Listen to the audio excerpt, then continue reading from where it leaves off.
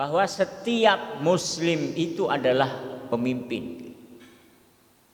Setiap kalian itu pemimpin.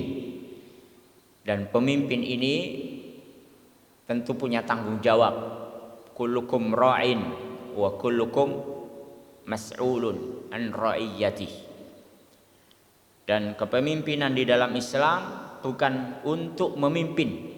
Kepemimpinan di dalam Islam bukan untuk menjadi penguasa. Tapi bagaimana dia harus menjadi orang yang paling berat memikul beban, memikul tanggung jawab. Makanya pemimpin itu tidak harus berkuasa. Karena sesungguhnya semua kita itu pemimpin, sekalipun tidak berkuasa, sekalipun tidak punya rakyat, tidak punya pengikut, tidak punya pengawal, tapi ditegaskan semua kalian kullukum ra'i wa kullukum mas'ul. Yang paling harus digaris tebali adalah mas'ulun an ra'iyyati. Kalian akan mempertanggungjawabkan seluruh apa yang kalian pimpin. Kalau kita ini sekedar hanya manusia yang dikatakan tidak punya kekuasaan, paling tidak kalian punya tubuh badan, punya akal, punya hati, punya telinga, punya mata, punya lisan, itu semuanya itu akan dimintakan pertanggungjawaban. Kalau kalian suami, kalian punya pertanggungjawaban atas keluarga kalian. Kalau kalian istri, kata Nabi, kalian juga punya pertanggungjawaban atas amanah dari suaminya, atas harta anak-anaknya. Dan begitulah di dalam Islam ini kepemimpinan diangkat sejak dari level yang paling rendah sampai level yang paling tinggi. Setidaknya yang paling rendah yang setiap kali kita saksikan, paling tidak sholat berjamaah ini adalah satu kepemimpinan. Ada satu kepemimpinan, kemudian ada yang dipimpin di situ. Inilah gambaran kecil yang paling kecil. Sampai seandainya seorang hanya 2 atau 3 orang, maka harus ada di antara mereka yang menjadi pemimpin. Inilah pentingnya kepemimpinan di dalam Islam. Di dalam kehidupan ini Rasulullah Shallallahu Alaihi Wasallam sudah memberikan satu bingkai tentang pentingnya kepemimpinan. Bahkan saking pentingnya itu sampai Rasulullah SAW menjamin, membuat garansi tersendiri untuk kepemimpinan di dalam Islam yang dia adil. Sampai di padang mahsyar ketika semua orang lelah, sebab mereka semuanya berdiri, semua mereka tertunduk, wajahnya tertunduk, mereka malu untuk mendongakkan, hanya sekedar melihat ke depan. Mereka malu karena mereka semua harus mempertanggungjawabkan amalnya. Wujuhun yauma idzin khasyiah. Mereka semua berdiri. Yauma yaqumun nasu lirabbil alamin. Bertahun-tahun, satu harinya 50.000 tahun. Mereka semua capek, berkeringat. Sampai ada yang wa minhum ban yatasabbab, mereka semua ada yang tenggelam dengan keringatnya. Mereka ada yang sampai ala suratihi, telinga keringatnya sampai ke surah, ke pusarnya, ke lututnya, ke dadanya. Ini semuanya di depan Allah Subhanahu wa taala akan dipertanggungjawabkan. Sementara ada orang yang justru tidak lelah, justru dia santai aja. Siapa mereka? sab'atun, 7 orang. 7 orang yang paling mendapatkan keistimewaan di hari itu. Tidak ada orang yang lebih elit fasilitasnya dibandingkan 7 golongan inilah. Dan yang pertama oleh Rasulullah SAW, garansi jaminannya adalah imamun adil, imam yang adil. Inilah garansi di dalam Islam. Betapa kepemimpinan ini benar-benar Rasulullah SAW didik. Bahkan kalau nanti hasil perjuangan Rasulullah itu mengalami ledakan luar biasa, itu justru setelah di Madinah. Kalau perjuangan Rasulullah di Mekah tidak terlalu signifikan hasil yang diharapkan. Sebabnya satu, karena di Madinah Rasulullah belum menjadi pimpinan tertinggi. Tapi begitu Rasulullah SAW menjadi pimpinan tertinggi, ketika di Mekah justru banyak sekali syariat-syariat Allah yang tidak bisa ditegakkan. Gak bisa ditegakkan tanpa kepemimpinan. Makanya Rasulullah SAW nanti sholat jamaah belum bisa dilakukan selagi beliau masih di Mekah. Tidak ada sholat jamaah, tidak ada zakat, tidak ada bahkan mungkin puasa yang wajib. Kemudian amal-amal Islam yang besar yang oleh Allah Subhanahu wa taala wajibkan untuk umat itu belum banyak bisa dilakukan selagi di Mekah.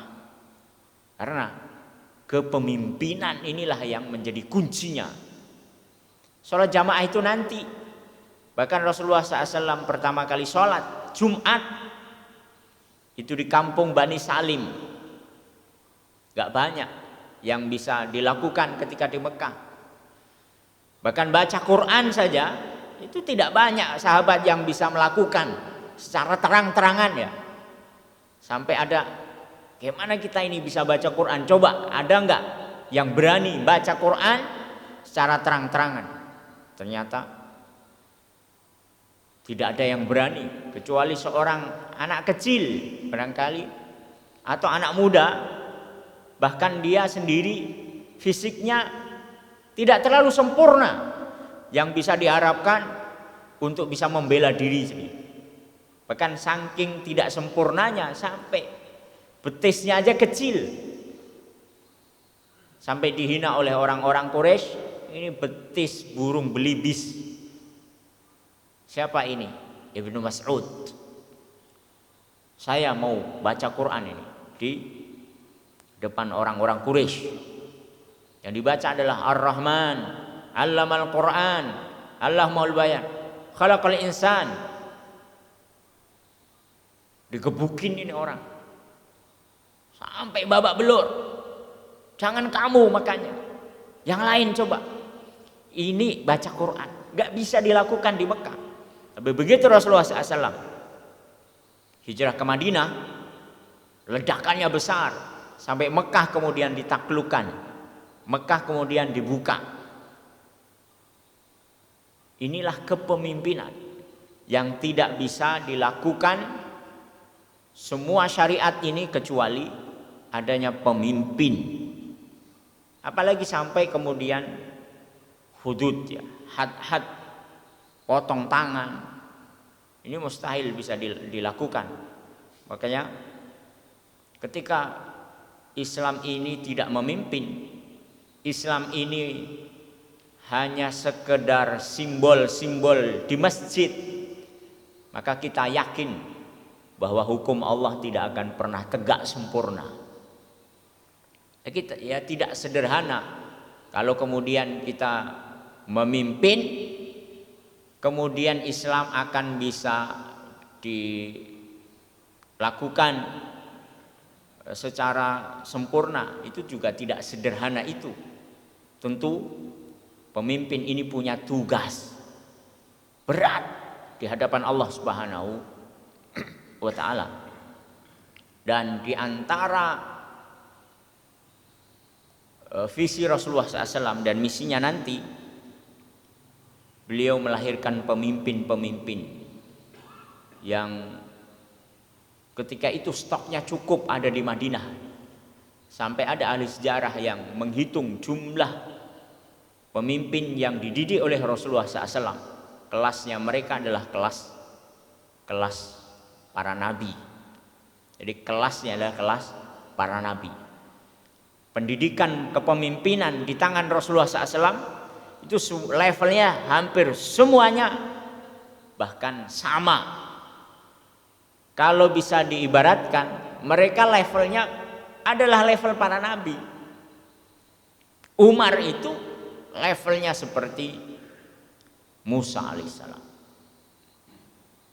Ali ketika dihina oleh orang-orang munafik, orang-orang munafikin, Ali itu dikatakan banci.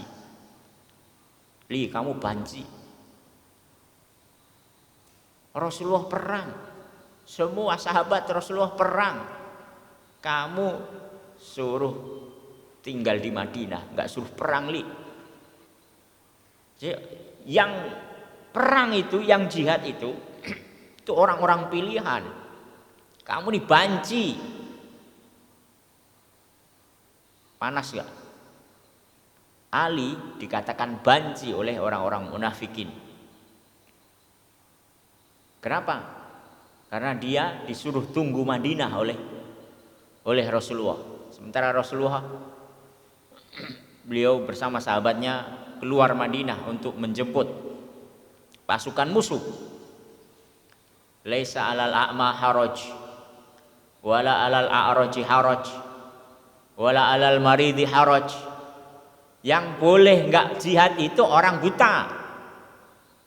Kamu sehat. Orang pincang, orang cacat, kamu sehat, Li. Atau orang sakit, kamu sehat, Li. Sehat semua. Kamu enggak buta, kamu enggak pincang, enggak cacat, kamu juga sehat. Berarti kemungkinan kamu ini banci, Li.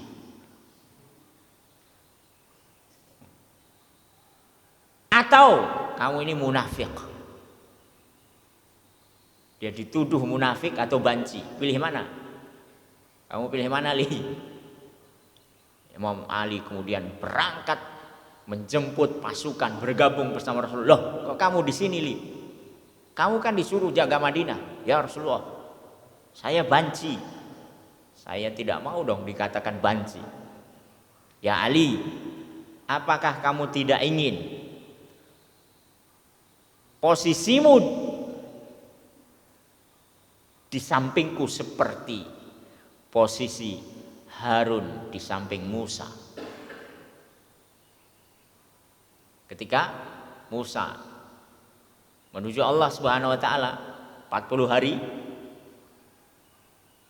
siapa yang menjadi wakilnya Musa? Harun. Itulah kualitas Ali bin Abi Thalib. Kualitasnya adalah kualitas Harun. Itulah kualitas Umar. Bahkan kualitasnya kualitas Musa. Itulah kualitas semua sahabat. 2000 sahabat. Itu pemimpin-pemimpin bumi. Dan 2000 pemimpin yang dididik oleh Rasulullah itu kualitasnya adalah kualitas para nabi, cukup untuk memimpin bumi hari itu. Dan ini yang hilang dari kaum muslimin hari ini, kepemimpinan. Satu saja ada orang seperti Umar, maka bumi ini sudah cukup untuk dipimpin satu orang itu.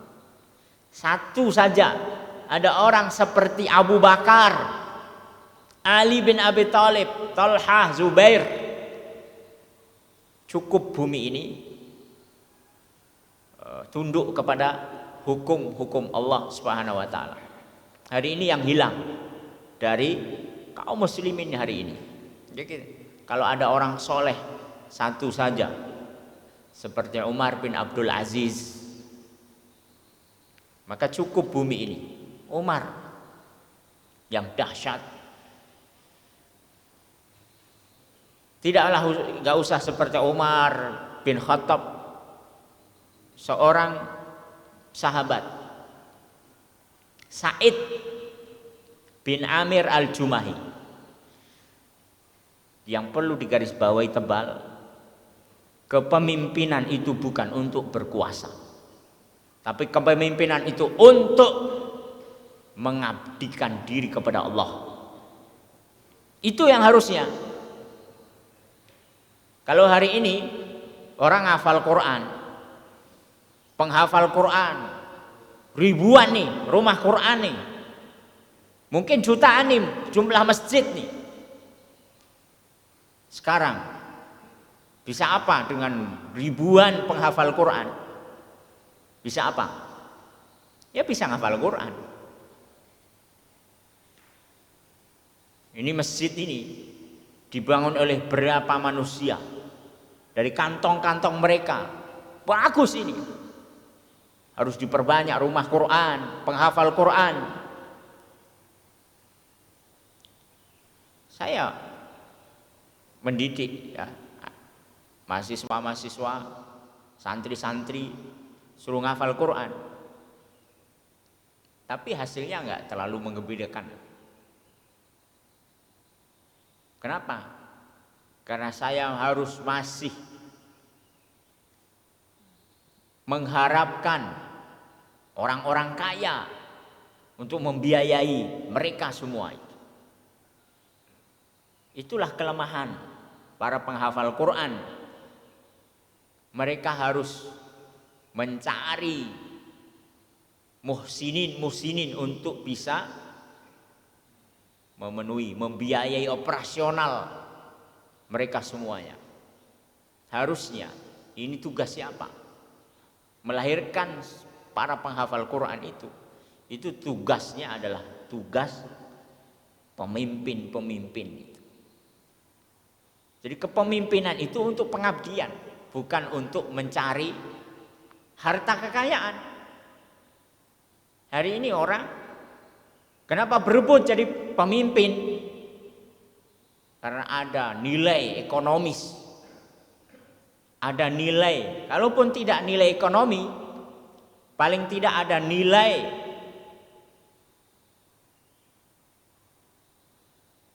posisi, nilai posisi, nilai menjadi orang tertinggi, popularitas, kemasyhuran.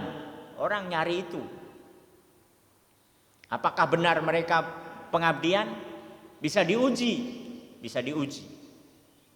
Saya sebut Sa'id bin Amir al-Jumahi. Dia orang dulu orang biasa-biasa saja, anak kecil. Anak kecil yang dia menyaksikan ada seorang Khubayb bin Adi. Khubayb ini seorang pengikut Muhammad yang ditangkap oleh orang Quraisy, dicongkel matanya, disalib di tiang salib, ya dikerangkeng di tiang salib, diiris-iris hidung dan telinganya, disiksa dengan siksaan yang luar biasa. Kemudian dia ditawari, mau nggak kamu? Kalau kamu saya lepaskan, tapi dengan satu syarat, Muhammad yang menggantikan posisimu di sini. Sampai dia kemudian mengatakan, ya, dalam kondisi matanya dicongkelin, dia masih mengatakan, seandainya aku aman di tengah-tengah keluargaku, aku tidak rela kalau Muhammad tertusuk duri. Orang sudah dicongkel-congkel, diiris-iris hidung telinganya, semuanya penuh darah, masih bisa sempat mengatakan Tidak rela Muhammad tertusuk duri. Ini kalau bukan kebenaran, ini mustahil orang seperti ini. Dan belum pernah aku menyaksikan, kata Said ini bin Amir al-Jumahi, orang yang lebih setia dengan pemimpinnya melebihi setianya Muhammad, pengikut-pengikut Muhammad. Ini pasti kebenaran.